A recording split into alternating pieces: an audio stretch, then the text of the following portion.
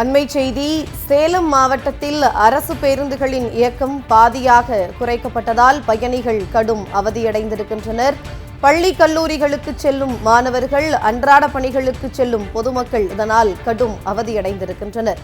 பள்ளி கல்லூரிகளுக்கு செல்லும் மாணவர்கள், அன்றாட பணிகளுக்கு செல்லும் பொதுமக்கள் கடும் அவதியடைந்திருக்கின்றனர். ஒப்பந்த அடிப்படையில் பணியாற்றி வந்த 1100 ஓட்டுநர்கள், நடத்துனர்களின் ஒப்பந்தம் ரத்து செய்யப்பட்டிருக்கிறது. டீசல் விலை உயர்வு காரணமாக சிக்கன நடவடிக்கை என கூறி பேருந்துகளின் இயக்கம் பாதியாக குறைக்கப்பட்டிருக்கிறது. போக்குவரத்து துறை அமைச்சரின் சொந்த மாவட்டத்திலேயே பேருந்துகளின் எண்ணிக்கை பாதியாக குறைக்கப்பட்டிருக்கிறது. அரசு பேருந்துகள் குறைக்கப்பட்டதால் சேலத்தில் உள்ள நகர பேருந்து நிலையத்தில் தனியார் பேருந்துகளின் ஆதிக்கம் அதிகமாகி இருக்கிறது.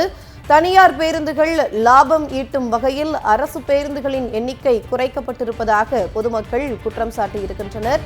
அண்மை செய்தியாக பார்த்து வருகிறோம்.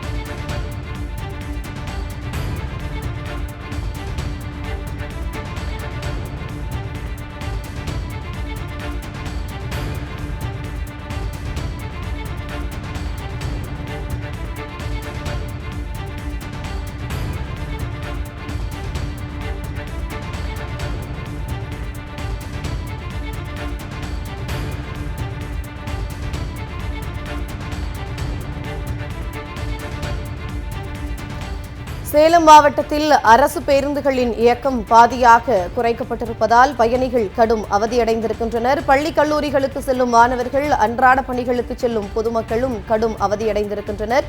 இது தொடர்பான கூடுதல் விவரங்களை எமது சேலம் செய்தியாளர் சக்திவேலிடம் கேட்கலாம். வணக்கம் சக்திவேல், கூடுதல் விவரங்களை பதிவு செய்யுங்க.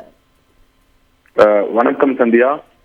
சேலம் கோட்டத்துல கடந்த காலங்களில் நடத்துனர் மற்றும் ஓட்டுநர் தனியார் ஒப்பந்தத்தின் அடிப்படையில் சுமார் 1100 பேர் சேலம் அரசு போக்குவரத்து கழக சேலம் கோட்டத்தில் பணியாற்றி வந்தார்கள். இவர்களை வைத்துதான் பொது சேவையாக கருதப்படும் அரசு பேருந்துகள் இயக்கப்பட்டு வந்தன. இந்த நிலையில் தாவேகா ஆட்சி பொறுப்பேற்ற பிறகு இந்த ஒப்பந்தத்தின் அடிப்படையில் பணிபுரிகின்ற சுமார் 1100 பணியாளர்கள் அவர்களின் ஒப்பந்தம் ரத்து செய்யப்பட்டதாக கூறப்படுகிறது. இதனால் அரசு பேருந்துகளை இயக்குவதற்கு ஓட்டுநர்கள் இல்லாமல் பற்றாக்குறை ஏற்பட்டிருக்கிறது. அது மட்டுமல்லாமல் டீசல் விலை தொடர்ந்து விலை உயர்ந்தது காரணமாக சிக்கன நடவடிக்கை என்ற பெயரில் இந்த தாவேகா அரசானது அரசு நகர பேருந்துகளின் இயக்கத்தை பாதியாக குறைத்துள்ளது. குறிப்பாக ஒரு வழித்தடத்தில் ஒரு நாள் ஒன்றுக்கு 10 முறை செல்லக்கூடிய அந்த அரசு பேருந்தானது 5 முறை தான் செல்லக்கூடிய சூழ்நிலை தான் தற்போது நிலவி வருகிறது. இதன் காரணமாக கல்லூரி மற்றும் பள்ளிகளுக்கு செல்லும் மாணவ மாணவிகளும் குறிப்பாக பெண்கள் பெருமளவில் பாதிக்கப்படுறாங்க. இது தவிர இந்த அரசு பொறுப்பேற்ற பிறகு அரசு பேருந்துகளின் இயக்கத்தை குறைத்தது மட்டுமல்லாமல் தனியார் பேருந்துகளுக்கு முக்கியத்துவம் அளிக்கும் வகையில் செயலாற்றி வருகிறது. சேலம் அரசு பேருந்து நிலையத்தை பொறுத்தவரை பெரும்பான்மையான இடங்களில் தனியார் பேருந்துகள் மட்டுமே காண முடிகின்றன. அரசு பேருந்துகள் காண முடியாத சூழ்நிலை நிலவுகிறது. அந்தந்த பகுதியில் தனியார் பேருந்துகள் அதிக அளவில் இயக்குகின்றன. எனவே இந்த அரசானது தனியாருக்கு முக்கியத்துவம் கொடுத்துவிட்டு அரசு பேருந்தை முடக்குவதற்கான நடவடிக்கையில் ஈடுபட்டு வருவதா என்ற அச்சமும் பொதுமக்களிடையே எழுந்துள்ளது. குறிப்பாக போக்குவரத்து துறை அமைச்சரின் சொந்த மாவட்டமான சேலம் மாவட்டத்தில் அரசு பேருந்துகளின் இயக்கம் குறைந்திருப்பது பொதுமக்களிடையே மிகுந்த அதிர்ச்சியை ஏற்படுத்தியிருக்கு. சந்தியா, கூடுதல் விவரங்களை வழங்கியமைக்கு நன்றி சக்திவேல்.